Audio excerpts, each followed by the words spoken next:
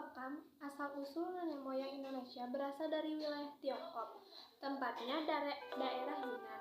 Nenek moyang bangsa Indonesia dipercaya telah meninggalkan wilayah Yunan di sekitar hulu Sungai Salween dan Sungai Mekong dengan memiliki tanah yang subur. Diperkiraan karena bencana alam dan seragam suku bangsa lain, maka mereka mulai bergerak untuk berpindah.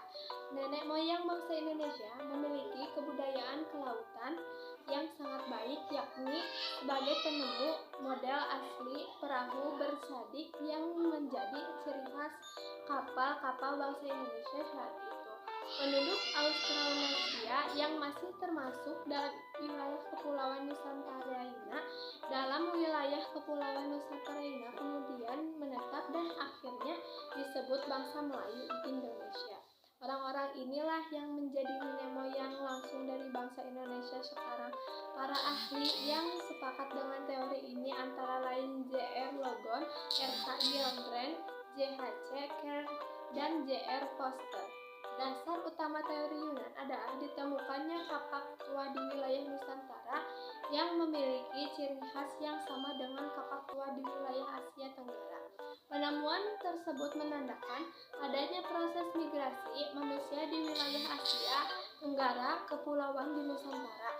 Adanya migrasi manusia tersebut disebabkan karena faktor tersedak oleh bangsa yang lebih kuat.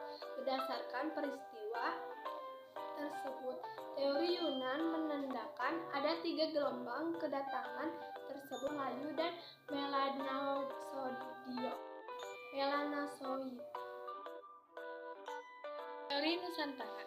Teori asal-usul nenek moyang Indonesia berikutnya adalah teori Nusantara yang bisa dibilang sangat berbeda dengan teori Yunan.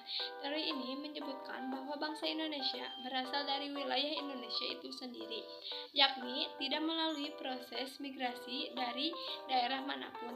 Teori Nusantara didukung oleh para ahli antara lain George Keraf, Z. Crawford, Sultan Takdir, Ali Uzabana, dan Muhammad Yamin.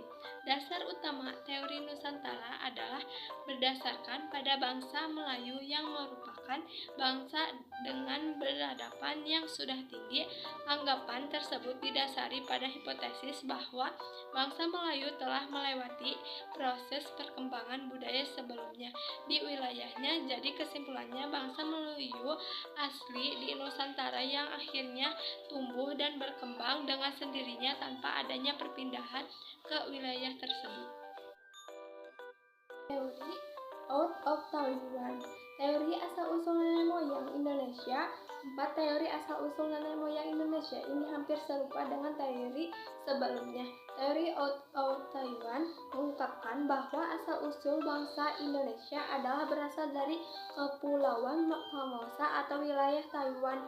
Teori ini rupanya didukung oleh ahli bernama Harry Truman Simanjuntak yang mendasari atas argumen pada teori ini. Dasar utama dari teori out of Taiwan yang pertama adalah tidak adanya pola genetika yang sama antara kromosom manusia bangsa Indonesia dengan manusia dari bangsa Tiongkok.